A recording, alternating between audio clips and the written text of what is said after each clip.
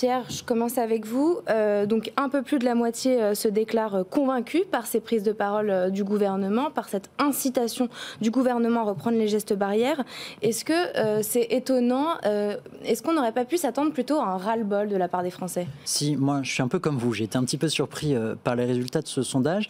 Et puis finalement, en y réfléchissant, c'est quoi? Le gouvernement, il doit lutter, en tout cas être en équilibre entre deux éléments. Le premier, c'est faire son travail, à savoir protéger les Français et protéger la santé des Français.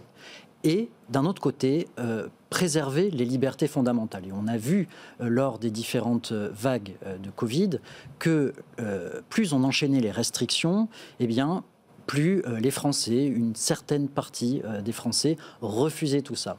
Là, je crois qu'on est revenu à quelque chose d'assez raisonnable, d'où les résultats de ce sondage. Les Français préfèrent se protéger, disons, en amont d'une possible 9e vague pour éviter des restrictions trop drastiques dans les prochains mois ou en commençant l'année. Donc c'est par anticipation. C'est plus par anticipation et le gouvernement aussi prévient extrêmement en amont parce que on sait que les cas de Covid augmentent et que la 9e vague commence à être là, mais on n'est pas encore au cœur du pic épidémique. Et pourtant, le gouvernement déjà rappelle les gestes barrières, le masque dans les transports, etc. etc.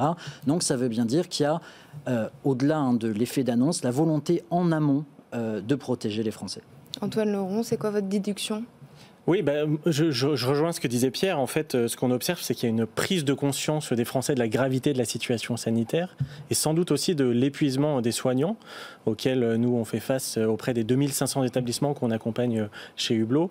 Donc là, il y a un message difficile qui est passé de la part du gouvernement. Il y a une triple épidémie qui est en cours et pourtant les Français réagissent de façon positive.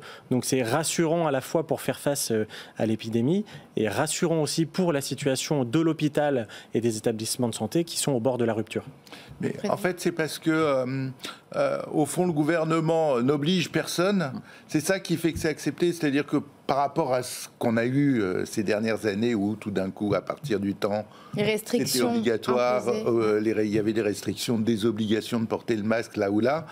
Au fond, là, le gouvernement dit ce serait bien si vous le portiez, quoi. Donc c'est pour ça que c'est accepté. Oui, mais en fait, est-ce que c'est pas un peu contradictoire au fond? C'est vrai que là, on est totalement dans l'incitation et pas du tout dans l'obligation. Ce qui fait que pour l'instant, effectivement, c'est accepté. À voir si ça va vraiment être suivi par contre, du comportement. C'est pas vraiment suivi des faits, pour le moment, non. Qui va avec. À voir avec le temps si ça va marcher ou non.